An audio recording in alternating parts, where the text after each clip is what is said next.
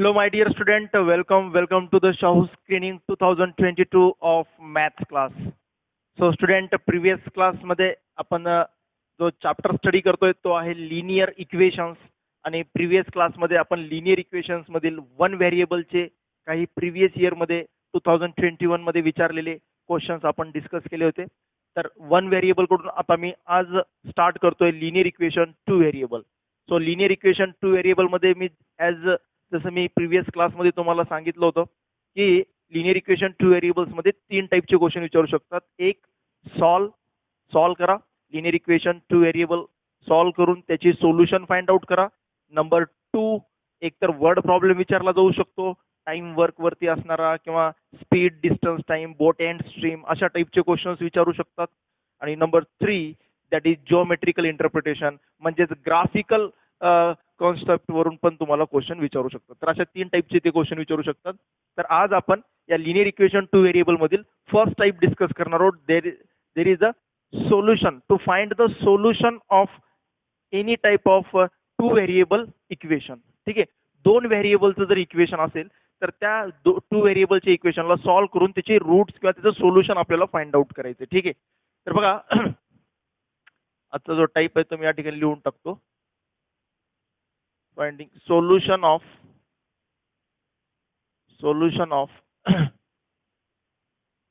linear equation in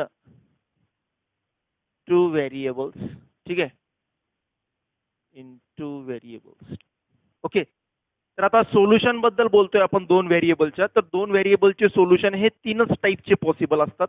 ठीक आहे, म्हणजे अगोदर माहिती असलं पाहिजे सोल्युशन फाइंड आउट करणे ही एक वेगळी गोष्ट. बट अगोदर तुम्हाला माहिती असलं पाहिजे की आपण linear equation in two variables म्हणजेच त्याचेच सायमल्टेनियस सोल्युशन ऑफ, आपण याला आणखीन डिटेलमध्ये जर म्हटलं तर याला आपण असं म्हणू शकतो solution of simultaneous equation. Solution of simultaneous equation. ठीक आहे, सोल्युशन ऑफ सायमल्टेनियस इक्वेशन मध्ये जे काही सोल्युशन आहे त्याच्याबद्दल आपण डिस्कस करतोय म्हणजेच लिनियर इक्वेशन टू व्हेरिएबल बद्दल. बट हे मोर करेक्ट असेल सायमल्टेनियस इक्वेशन. तर सायमल्टेनियस इक्वेशनला टोटल सोल्युशन्स किती असतील तर तीनच टाईपचे सोल्युशन असतात सायमल्टेनियस इक्वेशनला. एक तर सायमल्टेनियस इक्वेशन म्हणजे दोन इक्वेशन्स असतील दोन व्हेरिएबलचे, त्या दोन्ही व्हेरिएबलला सॅटिस्फाय करणारी ओनली वन व्हॅल्यू भेटेल म्हणजेच एकतर युनिक सोल्युशन असेल किंवा इन्फायनाइटली मेनी सोल्युशन्स असतील किंवा सोल्युशन असणारच नाही. हे तीनच पॉसिबिलिटी असू शकतात. परत एक वेळेस सांगतो की सायमल्टेनियस इक्वेशनला टोटल 3 पॉसिबिलिटीज आहेत सोल्युशनच्या. Number 1 there is only one solution which is satisfied both the given equation. Simultaneous equation मध्ये दोन इक्वेशन असणार आणि आपल्याला एकच असं सोल्युशन भेटेल जे की त्या दोन्हीही इक्वेशनला एकच सोल्युशन दोन्हीही इक्वेशनला सॅटिस्फाय करत असेल असं एकच सोल्युशन भेटेल. किंवा दुसरी गोष्ट अशी असू शकते की दोघांनाही सॅटिस्फाय करणारे दोन्हीही इक्वेशनला सॅटिस्फाय करणारे infinitely number of infinitely solutions असतील त्या ठिकाणी. आणि थर्ड पॉइंट की त्या दोन्हीही इक्वेशनला दिलेल्या गिवन दोन्ही इक्वेशनला सॅटिस्फाय करणारा एकही सोल्युशन तुम्हाला सापडणार नाही. अशा 3 पॉसिबिलिटीज असू शकतात. बट ज्यावेळेस आपण सायमल्टेनियस इक्वेशनचे सोल्युशन फाइंड आउट करण्याचे एक्झाम्पल्स पाहतो त्यावेळेस सॉल्व करताना त्या ठिकाणी जनरली कशा टाईपचे एक्झाम्पल्स येतात की ज्यांना युनिक सोल्युशन आहे असेच एक्झाम्पल्स येतात. कारण की इन्फायनाइटली नंबर ऑफ सोल्युशन असणारे एक्झाम्पल्स तर ते विचारणार नाहीत ऑब्विसली. तर ते एकच सोल्युशन असणारे सायमल्टेनियस इक्वेशन दिलेला असतो आणि त्याला सॉल्व करा आणि सोल्युशन आपल्याला फाइंड आउट करायला सांगतात. तर जनरली अशाच प्रकारचे क्वेश्चन विचारतात नेहमी की ज्या सायमल्टेनियस इक्वेशनला युनिक सोल्युशन आहे असेच क्वेश्चन विचारले जातात. तर मग आज आपण त्याच टाईपचे क्वेश्चन्स पाहणार आहोत की आपल्याला सायमल्टेनियस इक्वेशन प्रोव्हाइड केलेलं असेल तर सायमल्टेनियस इक्वेशन मध्ये त्याला सॉल्व करायचे आणि त्याच्यामधील जे काही अननोन्स व्हेरिएबल आहेत त्यांना सॉल्व करून आपल्याला आन्सर काढायचे. ठीक आहे, सोल्युशन फाइंड आउट करायचे. सो मग आता नक्कीच एकदम सिंपल क्वेश्चन तर मी घेणार नाहीये. जे टेक्स्ट बुक आहे ते टेक्स्ट बुक तर तुम्हाला यायलाच पाहिजेत.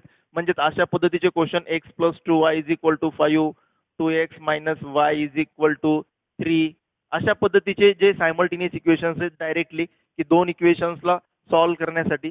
तर या हे झाले सिंपल, एकदम एवढा सिंपल क्वेश्चन तर विचारणार नाहीत ऑब्विसली. बट हे बेसिक पासूनच आपल्याला थोडंसं हायकडे जाता येतं. त्यामुळे हे फंडामेंटलची प्रॅक्टिस तुम्हाला घरी करायची आहे. या इक्वेशनला सॉल्व करायचंय. सॉल्व करण्यासाठी टोटल 2 मेथड्स आहेत तुमच्याकडे. तो 2, 3, 4 मेथड्स आहेत. क्रॅमर्स रूल आहे. ठीक आहे, क्रॅमर्स रूल 10th क्लासमध्ये लिनियर इक्वेशन 2 व्हेरिएबल सॉल्व्ह करण्यासाठी क्रॅमर्स रूल आहे. एलिमिनेशन मेथड आहे, कोइफिशियंट सेम करा, एलिमिनेट करून टाका. सबस्टिट्यूशन मेथड आहे, तर तुम्ही कुठल्याही मेथडचा यूज करून सॉल्व्ह करू शकता.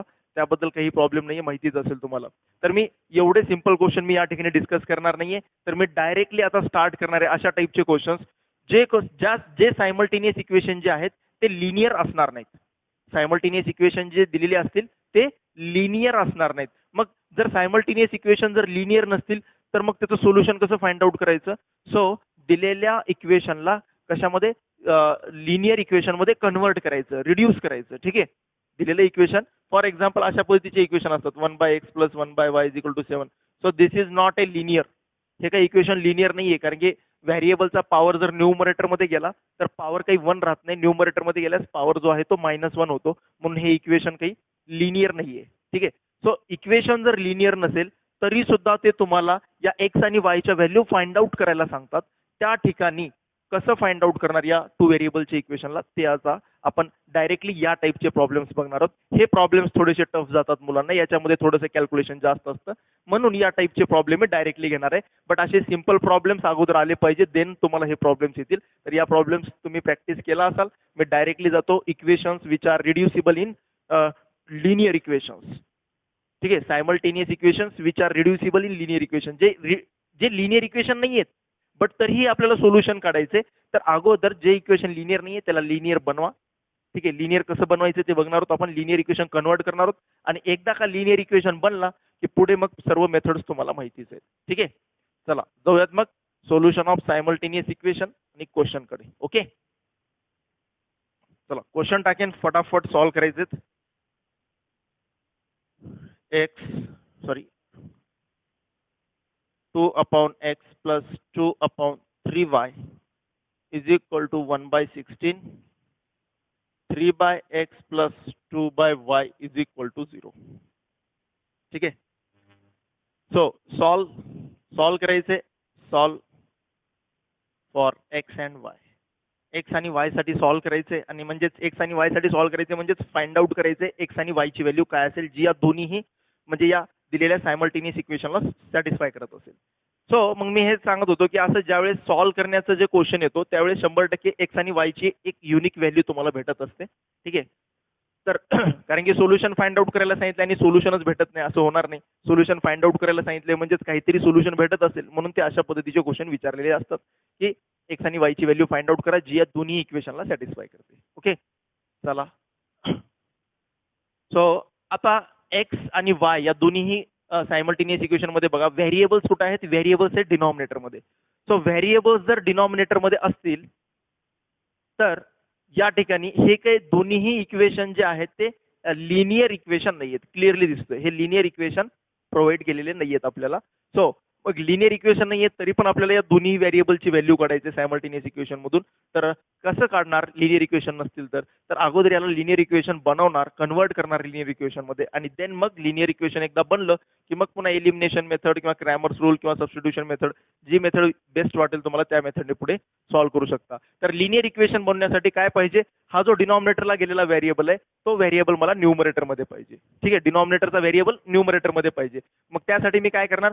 तर मी व्हेरिएबलच रिप्लेस करून टाकणार. इथं व्हेरिएबल एक्स होता, मी एक नवीन व्हेरिएबल या ठिकाणी आणणार, बट तो न्यू व्हेरिएबल असा असेल की तो न्यू व्हेरिएबल जो आहे तो न्यूमरेटर मध्ये येईल ना की डिनॉमिनेटर मध्ये. कारण की जो न्यू व्हेरिएबल, जो नवीन व्हेरिएबल येईल मी पुट केल्यानंतर जो नवीन व्हेरिएबल येईल तो न्यूमरेटर मध्ये असेल आणि तो काय बनेल?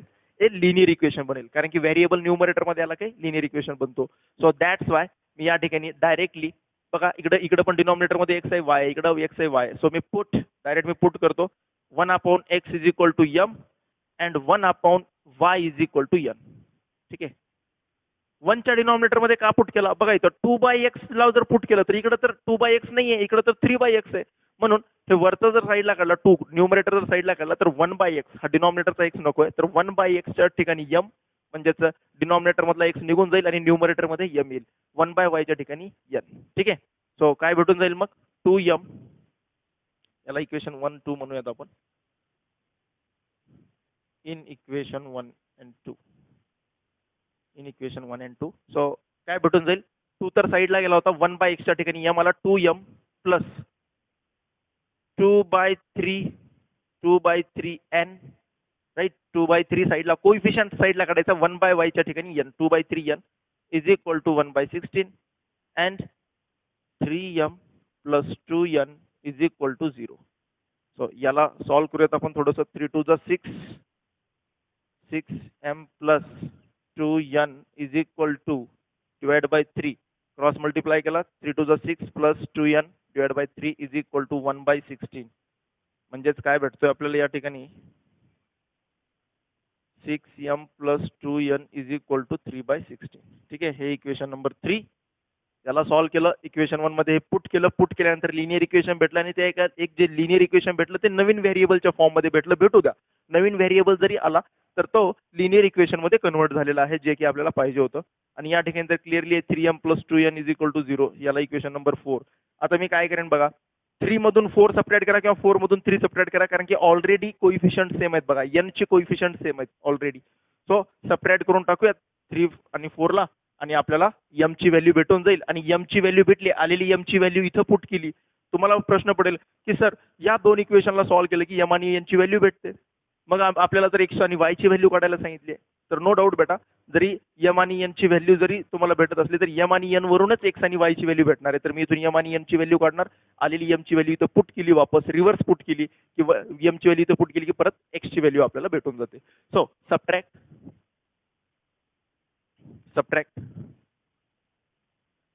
4 फ्रॉम 3, 4 सबट्रॅक्ट होतो 3 मधून. सो काय भेटून जाईल, 6m plus 2n is equal to 3/16, 3m plus 2n is equal to 0.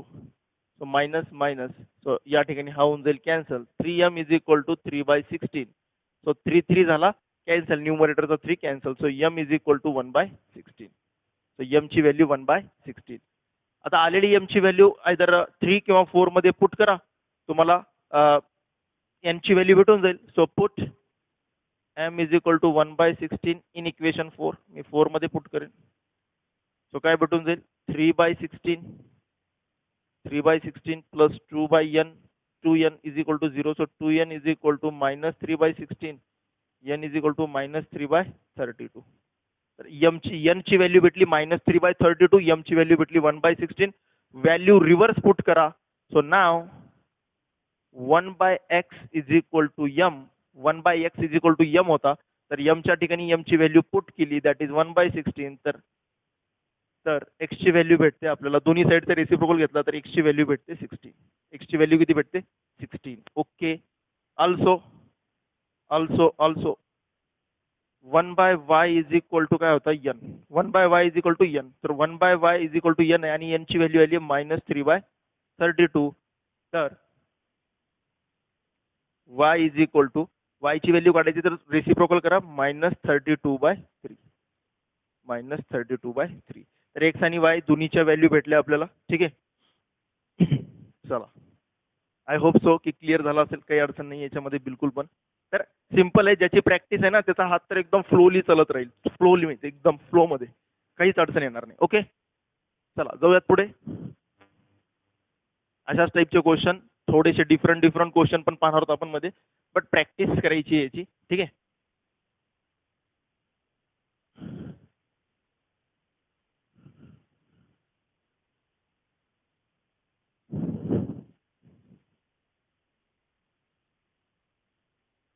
तर x ची व्हॅल्यू 16 आणि y ची व्हॅल्यू भेटली minus 32/3.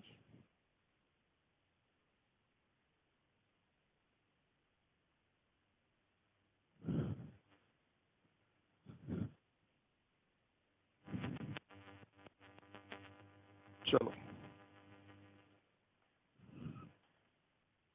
Next question. If 2/x plus 3/y is equal to 9xy and 4/x plus 9/y is equal to 21xy, 21 upon xy, where x not equals to 0, y not equals to 0.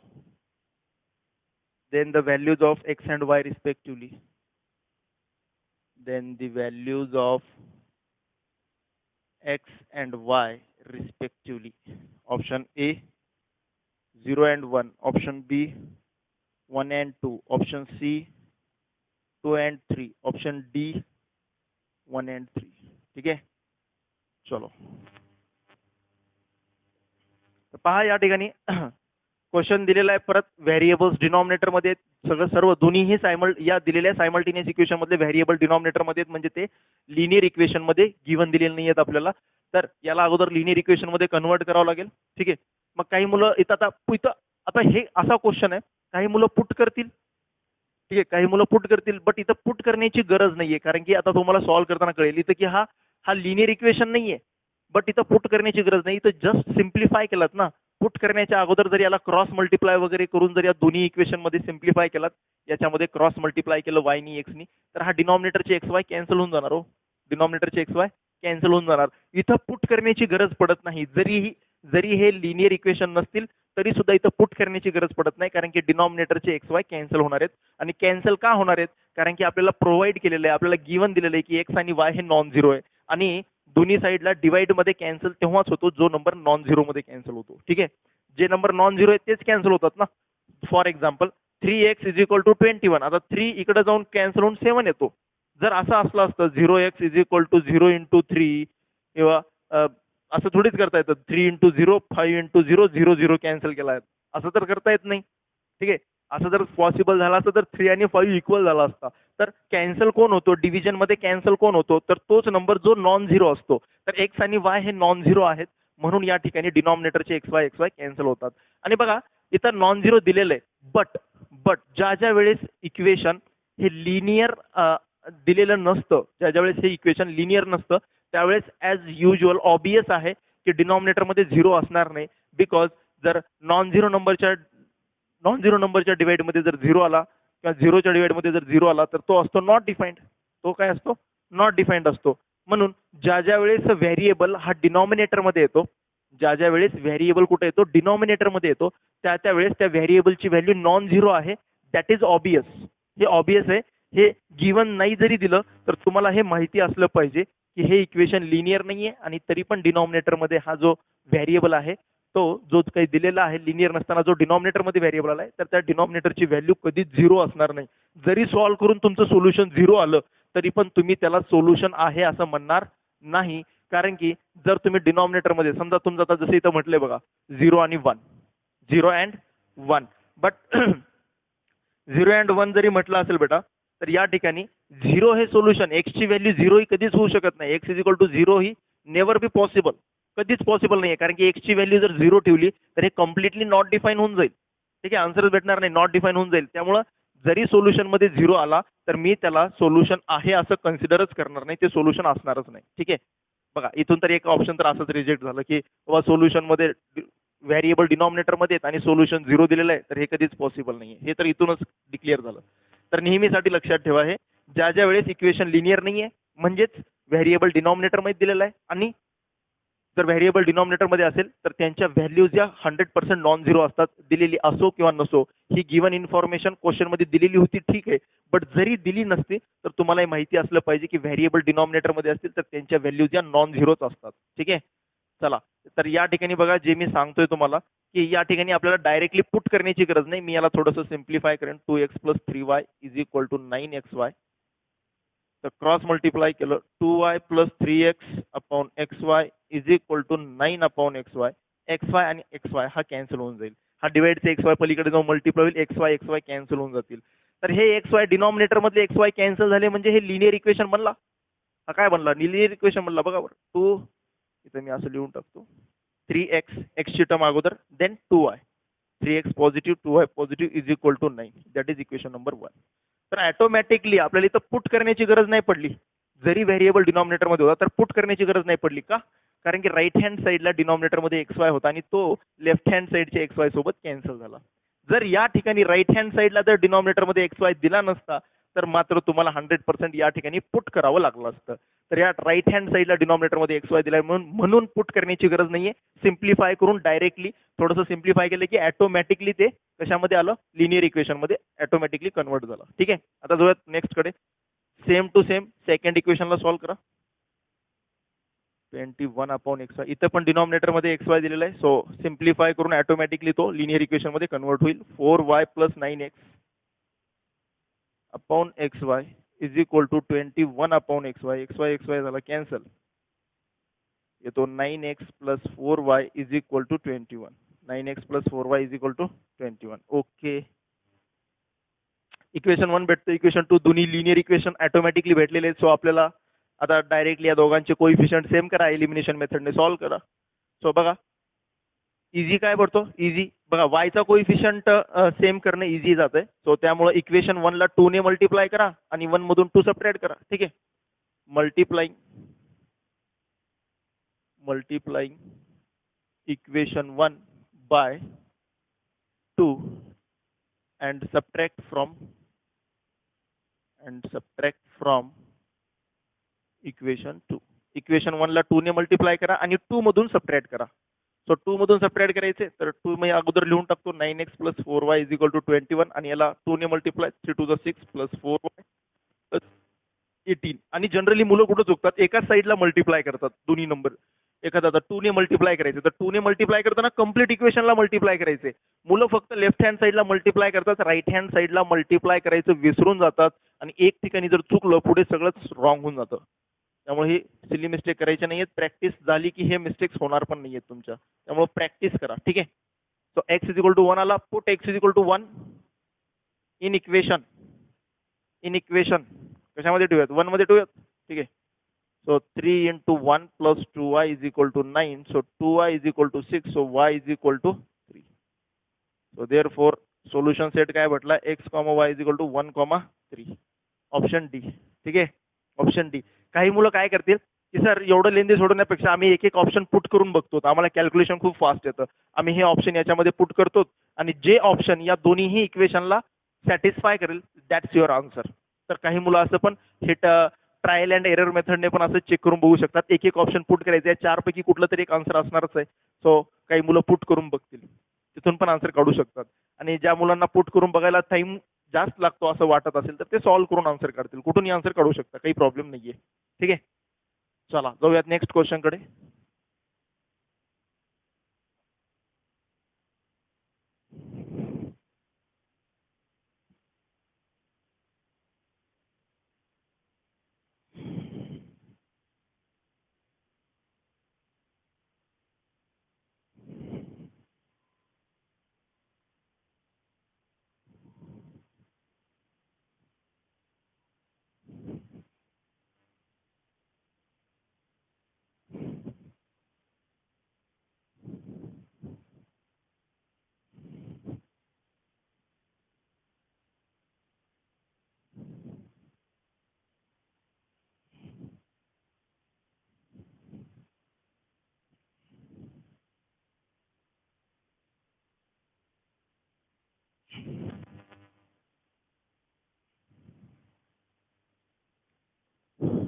चला next question.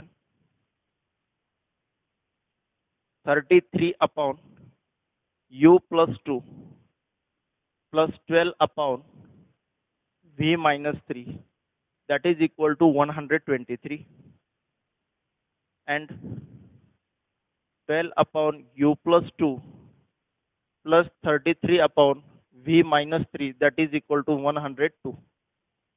ठीक आहे, चला या क्वेश्चनला पाहिलं की तुम्हाला लगेच एक टाईप आठवला पाहिजे की बघा या ठिकाणी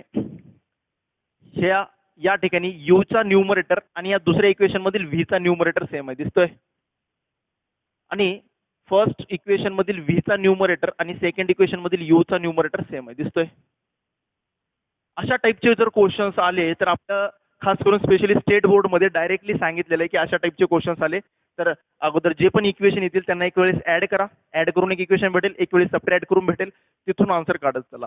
कारण की ऍड केलं ना तर यांना जर सेम करायला गेलात, यांचे कोइफिशियंट जर सेम करायला गेलात तर दोन्ही पण कॅन्सल होऊन बसतात, सॉल्वच करता येत नाही.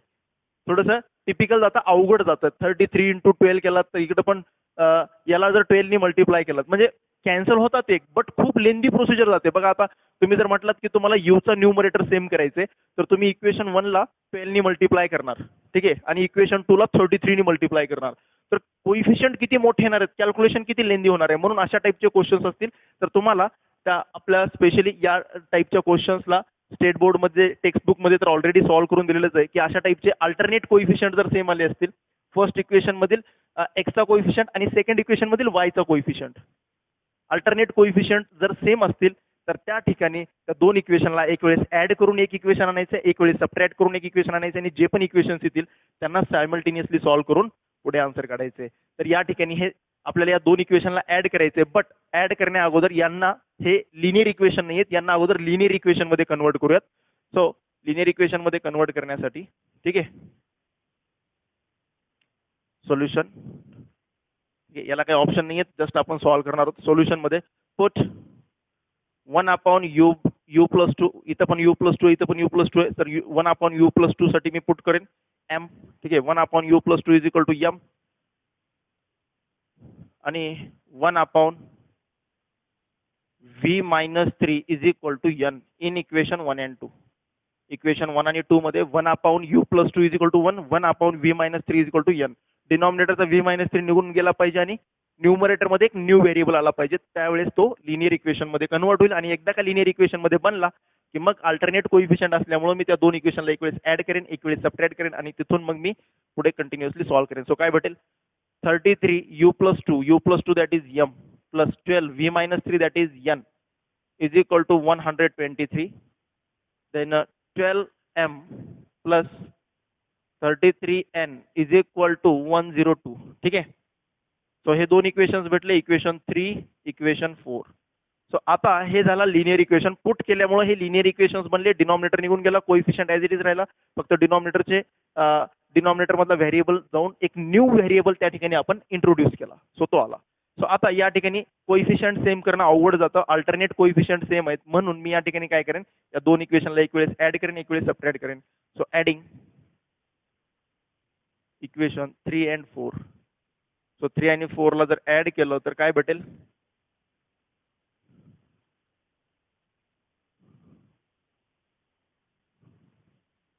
सो 5 इकडे येतोय 45m प्लस इकडे काय येतोय 45n, इकडे काय येतोय 5, 45 कॉमन काढला, m plus n is equal to 225. So मल्टिप्लायचा 45 इकडे जाऊन कशामध्ये जाईल, डिवाइड मध्ये जाईल. So m plus n is equal to 225 upon 45. m plus n is equal to 5, right. m plus n is equal to काय येतो, 5 येतो. 45 5 जा 225, 5 5 जा 25, रिमेनिंग 2 5, राईट. सो हे भेटलं आपल्याला इक्वेशन नंबर 5. सिमिलरली जसं दोन इक्वेशनला ऍड करून एक इक्वेशन भेटलंय, याच पद्धतीचं सिंपल इक्वेशन ज्यांचे कोइफिशियंट खूप कमी असतील असं इक्वेशन सबट्रॅक्ट करून एक भेटेल. आता सबट्रॅक्ट इक्वेशन 4 फ्रॉम 3. 4 सबट्रॅक्ट करूयात 3 मधून. So 33m plus 12n is equal to 123. 12m plus 33n is equal to 102. Minus minus minus. So 21m minus 21n is equal to 21. 21 काढलं common, m minus n is equal to 21. 21 होऊन जाईल cancel, m minus n is equal to 1. m minus n is equal to 1. तर 5 आणि 6. आता equation 3 equation 4 म्हणजेच equation 5 आणि equation 6 आहेत. तर 3 आणि 4 ला सॉल्व्ह करून जे तुम्हाला आन्सर भेटणार आहे तेच आन्सर तुम्हाला 5 आणि 6 ला सॉल्व्ह करून भेटेल. असं का, कारण की 3 आणि 4 ला ऍड करून 5 भेटलाय आणि 3 आणि 4 ला परत सबट्रॅक्ट करून इक्वेशन 6 भेटलाय. तर 5 आणि 6 चं जे सोल्युशन असेल तेच सोल्युशन 3 आणि 4 चं असेल. मग 3 आणि 4 चं सोल्युशन काढण्यासाठी मी 5 आणि 6 ला सॉल्व्ह करेन, कारण की 5 आणि 6 मध्ये कोइफिशियंट खूप लहान आहेत, खूप कमी लहान कोइफिशियंट आहेत आणि कोइफिशियंट स्मॉल असल्यामुळे आपल्याला एलिमिनेशन मेथडने सॉल्व्ह करायला इझी जातं. सो जस्ट आता ऍड करा, 5 आणि 6 ला जर ऍड केला तर plus n minus n cancel होऊन जाईल आणि आपल्याला m ची व्हॅल्यू भेटेल. So adding 5 and 6. So therefore m plus n is equal to 5, m minus n is equal to 1. So cancel 2m is equal to 6, m is equal to 3. ठीक आहे, M ची value 3 आलेली, M ची value put करूयात आपण.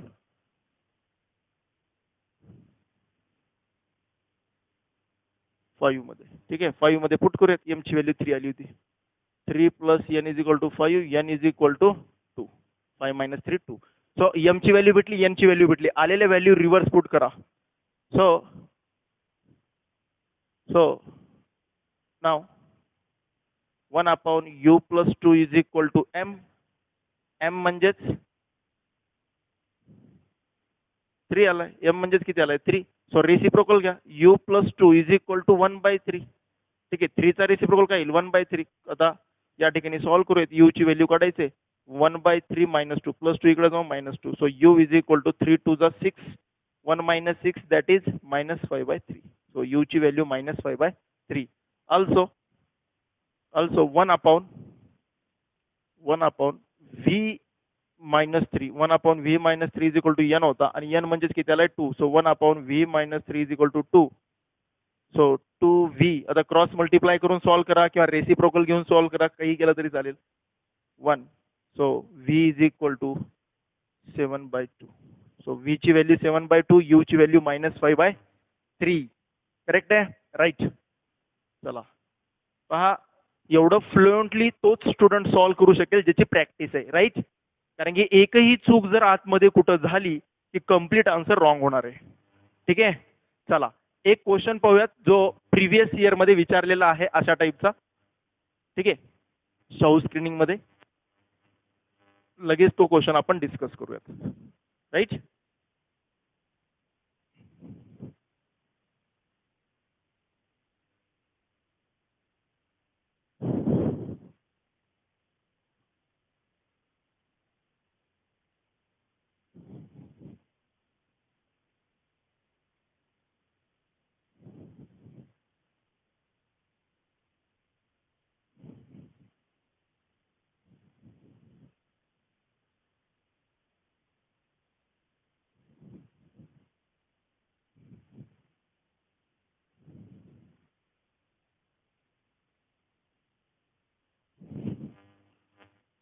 Okay, चलो previous year question.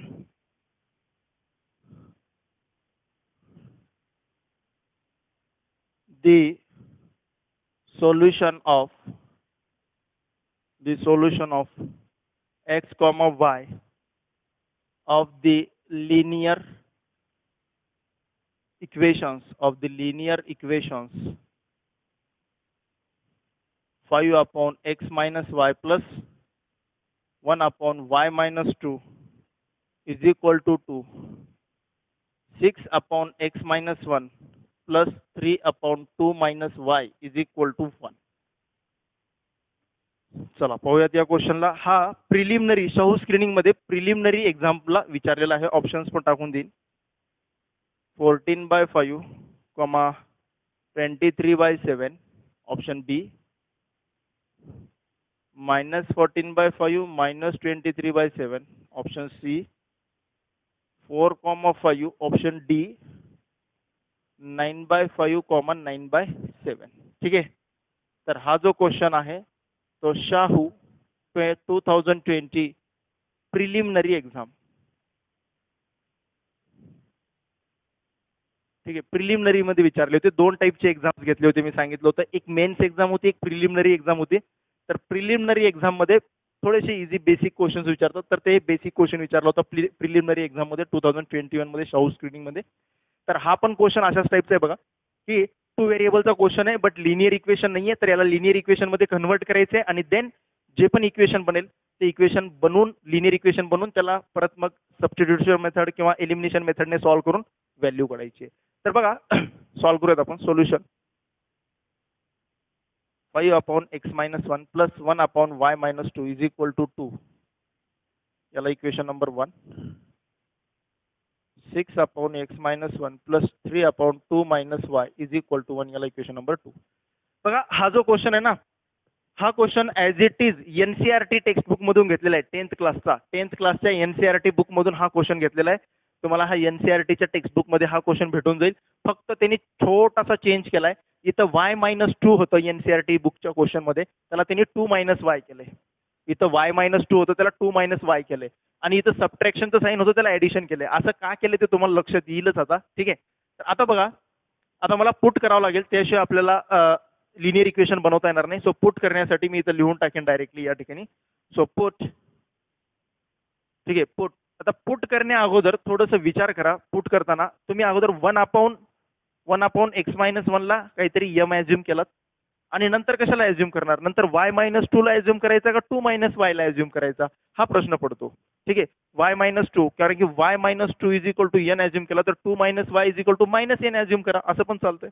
किंवा या इक्वेशन मध्ये चेंज करा. या इक्वेशन मध्ये कसं बघा, इथं दिला होता 2 - y, राईट.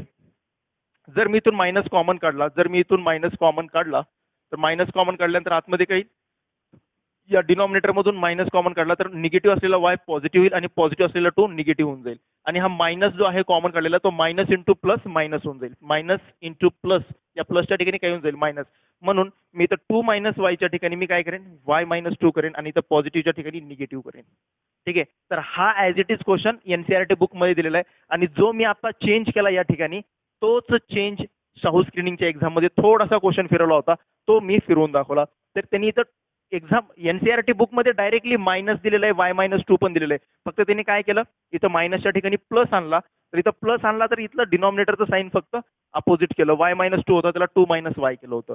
बट आपण त्याला परत y-2 करूयात, कारण की आपण y-2 ला ॲज्युम करणार आहोत. ठीक आहे, कारण की तसंच जरी ठेवलं तरी चालतं, कारण की y-2 ला जर n ॲज्युम केलात तर इथून तुम्ही असं पण म्हणू शकता की 2 - y - n. ठीक आहे, याच्या दोन्ही साईडला जर मायनसनी मल्टिप्लाय केलात तर 1/2 - y -n येते. मग 2 - y ला -n लिहा आणि y-2 ला +n लिहा, असं चालतंय. किंवा या दिलेल्या इक्वेशन मध्येच बदल केला मी, की तो वरती y-2 आहे तर मला खाली पण y-2 आणण्यासाठी फक्त मायनस साईनचा चेंज होता. तर मी मायनस कॉमन काढला डिनॉमिनेटर मधून, मायनस कॉमन काढला, कॉमन काढलेला मायनसने या प्लसला मल्टिप्लाय केलं की प्लस इंटू मायनस, मायनस गेला सेंटरमध्ये आणि y-2 बनला. ठीक आहे. सो इन इक्वेशन 1 and 2, 1 आणि 2 मध्ये हे व्हॅल्यूज पुट करूयात. सो काय भेटून जाईल? 5m + n = 2. इथं काय भेटेल? 6m - 3n = 1. ठीक आहे, हे भेटला 3 थर्ड इक्वेशन, हे फोर्थ इक्वेशन. ठीक आहे. सो इक्वेशन 3 ला 3 ने मल्टिप्लाय करूयात, जेणेकरून n चे कोइफिशियंट सेम होतील आणि मग ऍडिशन केलं की कॅन्सल होऊन जाईल. सो मल्टिप्लाइंग इक्वेशन 3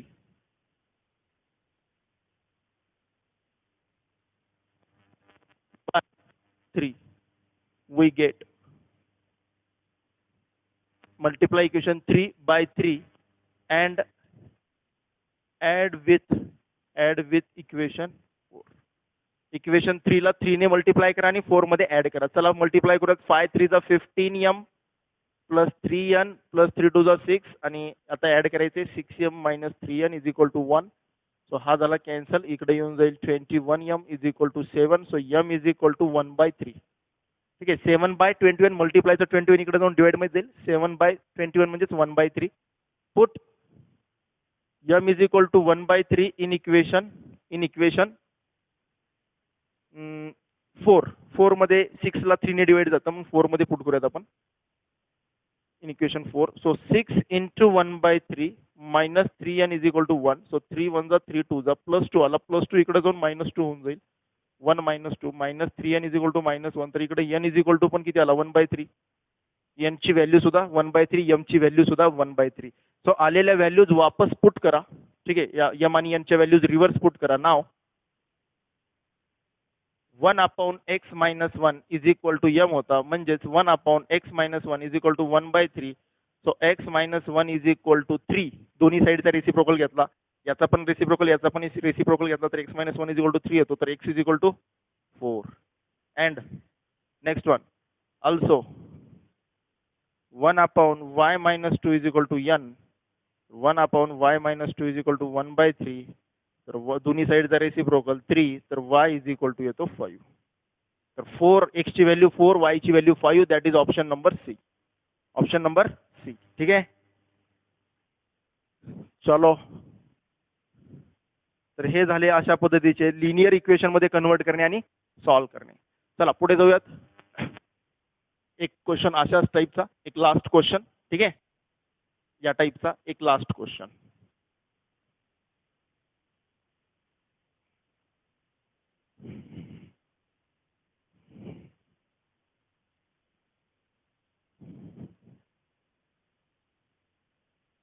तर अशा पद्धतीने हा प्रिलिमिनरी एक्झामला क्वेश्चन विचारू शकतात. शाहू स्क्रीनिंग मध्ये हा बेसिक कॅल्क्युलेशन किंवा बुक मधले क्वेश्चन्स होते. हे एनसीईआरटी बुक मधला क्वेश्चन होता.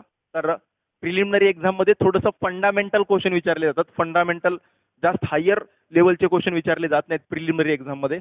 बेसिक बुक मधल्या टाईपचे क्वेश्चन विचारले जातात. चला, the solution of the equations question.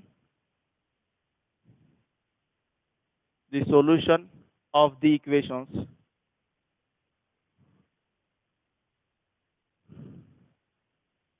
p by x plus q by y is equal to m. q by x plus p by y is equal to n is option A, x is equal to q square minus p square upon mp minus nq. Option B, sorry y ची व्हॅल्यू पण लिहावी लागेल ना. y is equal to p square minus q square upon np minus mq. Option B, option इकडेच टाकूयात आपण, B option.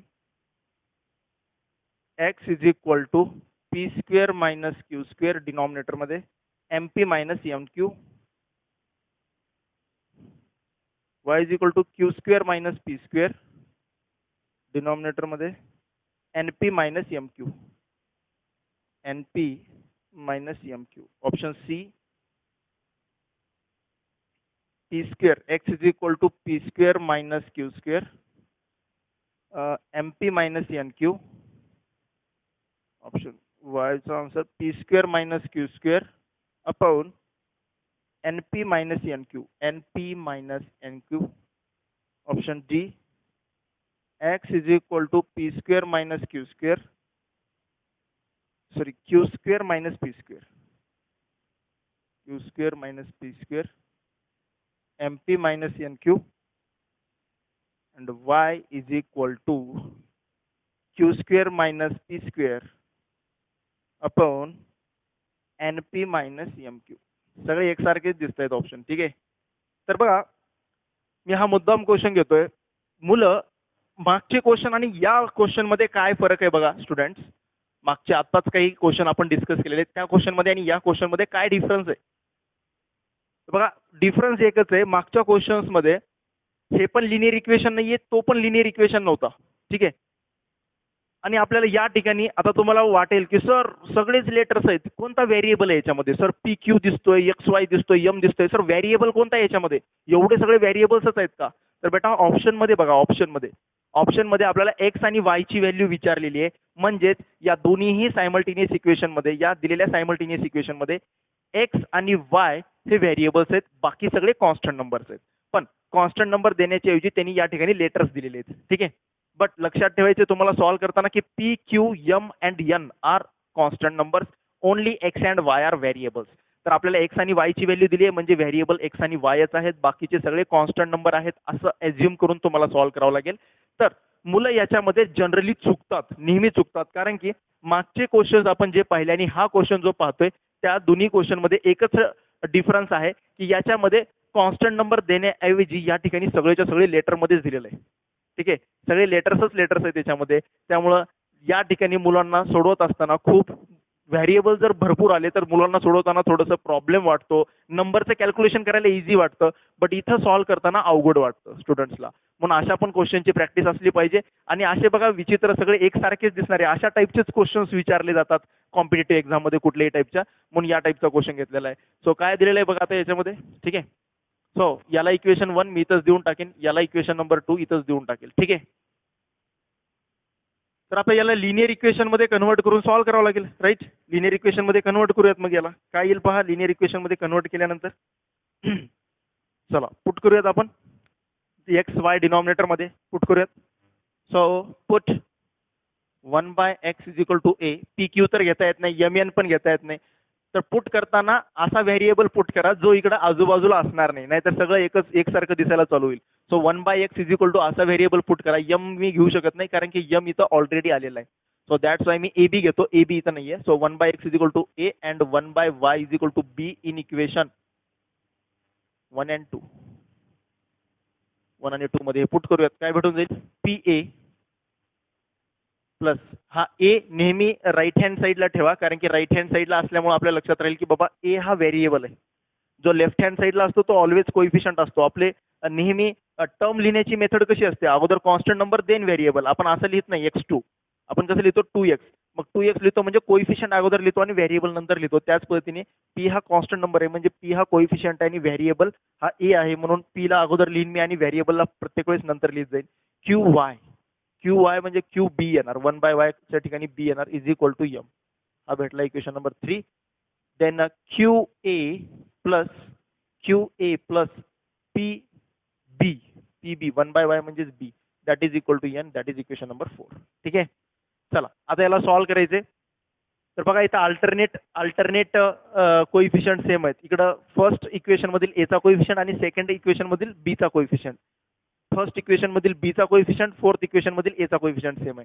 तर अशा टाइपचे क्वेश्चन आले की मी ऍड आणि सबट्रॅक्ट करायला सांगितलं. बट कुठं जर इथं नंबर असले असते तर, इथं नंबर नाहीयेत म्हणून आपण डायरेक्टली एलिमिनेशन मेथड वापरलं तरी इझी जाणार आहे. ठीक आहे, तरी पण इझी जाणार आहे. त्यामुळे डायरेक्टली सॉल्व्ह केलं तरी चालतं, किंवा या हे अल्टरनेट कोइफिशियंट सेम आहेत म्हणून ऍड एक वेळेस करा, परत एक वेळेस सबट्रॅक्ट करा आणि मग सॉल्व्ह करा तरी पण चालतं. कुठल्याही मेथडने सॉल्व्ह करा.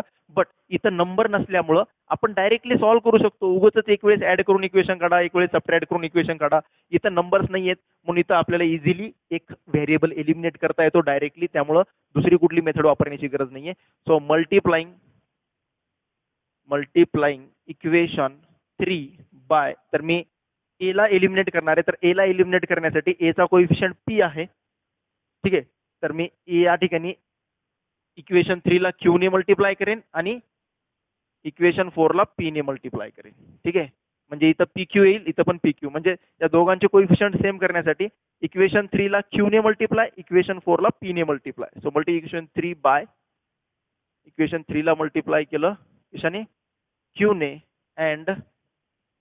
and equation 4 by p and subtract them. ठीक आहे.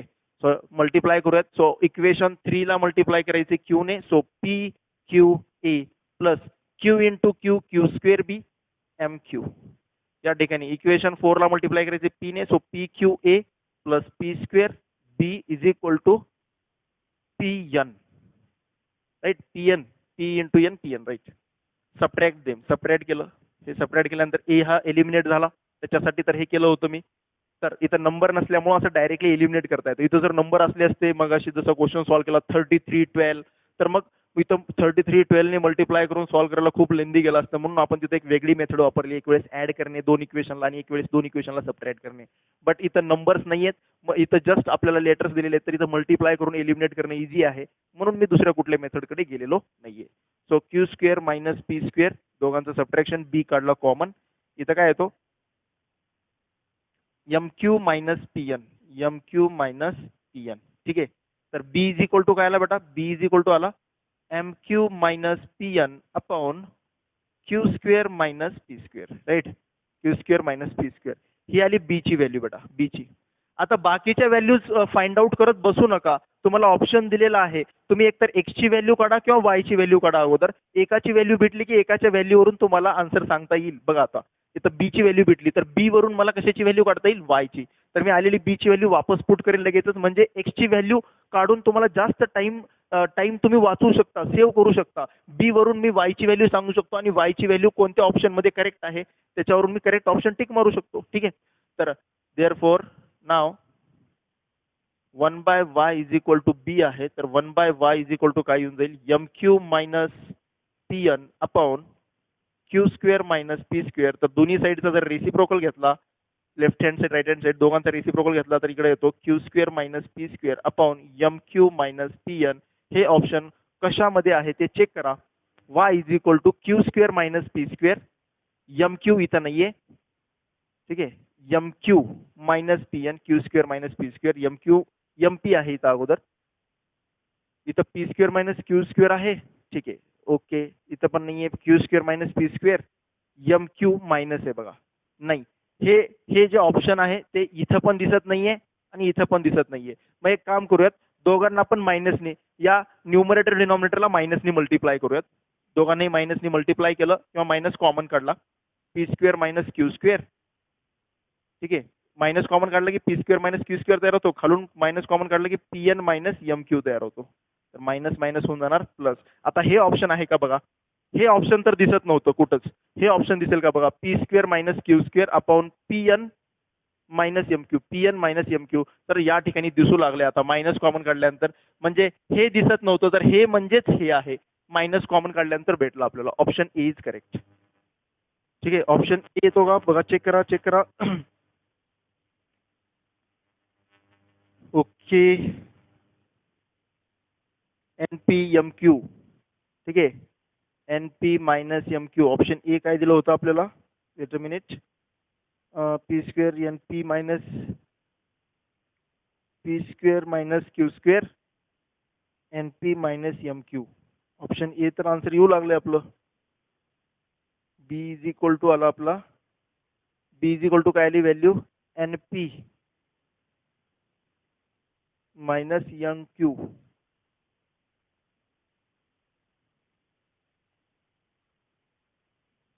एन पी एम क्यू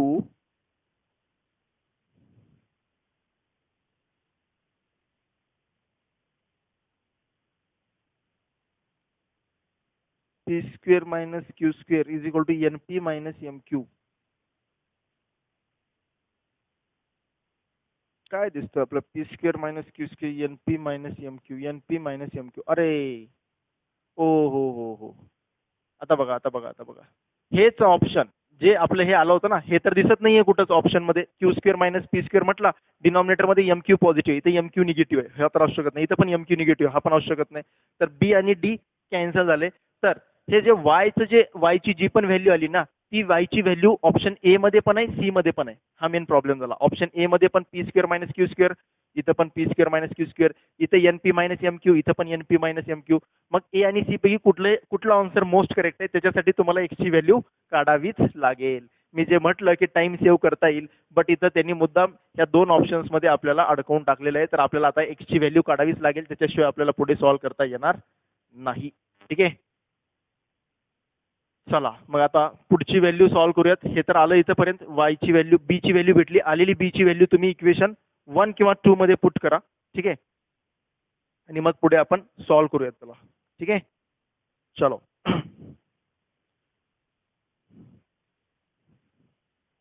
मी रफ करतो.